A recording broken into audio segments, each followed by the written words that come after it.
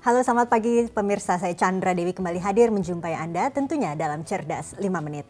Dan pagi ini kita akan membahas manfaat dari polis syariah bagi non-muslim.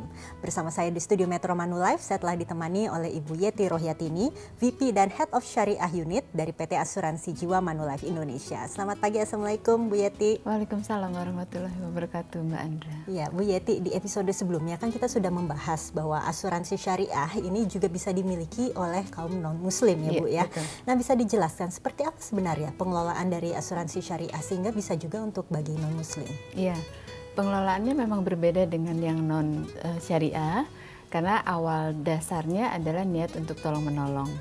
Sehingga si perusahaan ini bukan penanggung atau bukan yang menanggung risiko ketika terjadi klaim, tetapi perusahaan ini sifatnya sebagai pengelola saja. Nah, tentu saja ini kami memiliki satu ketentuan yang harus kami ikuti, yaitu tidak boleh adanya riba, tidak boleh adanya ketidakjelasan, semuanya harus transparan, dan ini diberlakukan untuk semua orang, semua golongan, gitu ya. Nah, karena sifat adil dan transparannya ini, maka itu berlaku buat siapa saja, termasuk yang non-muslim kalau mau menggunakan atau menjual polis syariah itu sangat dibolehkan. Jadi terbuka bagi siapa saja ya Bu ya. Betul. Tapi sebenarnya manfaat apa sih yang bisa didapat oleh bagi non-muslim yang barangkali ingin membeli asuransi syariah ini Bu? Yang pertama tentu saja tadi yang transparan, adil dan sebagainya. Yang kedua adalah ada feature-features yang tidak bisa diberikan oleh produk yang non syariah. Contohnya misalnya yang lebih mudahnya deh ya, kalau produk kesehatan misalnya gitu ya, Mbak Chandra sudah punya polis dari yang non syariah, di mana polis itu juga tercakup di dalamnya adalah proteksi kesehatan misalnya. Kemudian karena Mbak Chandra tertarik dengan polis syariah kesehatannya juga, Mbak Chandra boleh aja beli yang syariah.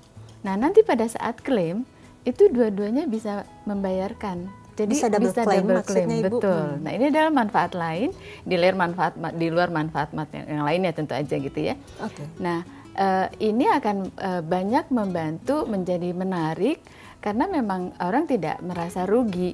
Dia memiliki dua polis, dia bisa memproteksi dengan nyaman sambil kalau di syariah kan menolong sesama. Oke, tapi rata-rata kan paling tidak memiliki kemungkinan untuk double claim ya Bu ya. Nah, betul. Ini apakah double claim yang dimaksud oleh Bu Yeti ini jika punya asuransi konvensional dan juga asuransi syariah dalam satu perusahaan atau boleh juga dengan dari dua perusahaan asuransi yang berbeda kita membelinya? Iya, intinya yang menjadi pegangan adalah si penanggungnya jangan sama.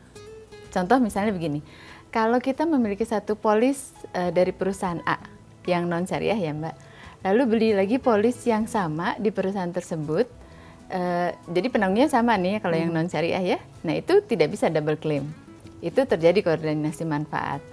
Tapi kalau perusahaan A mengeluarkan produk konvensional, kemudian kesehatan gitu ya, kemudian yang syariahnya juga di perusahaan yang sama mengeluarkan produk kesehatan juga.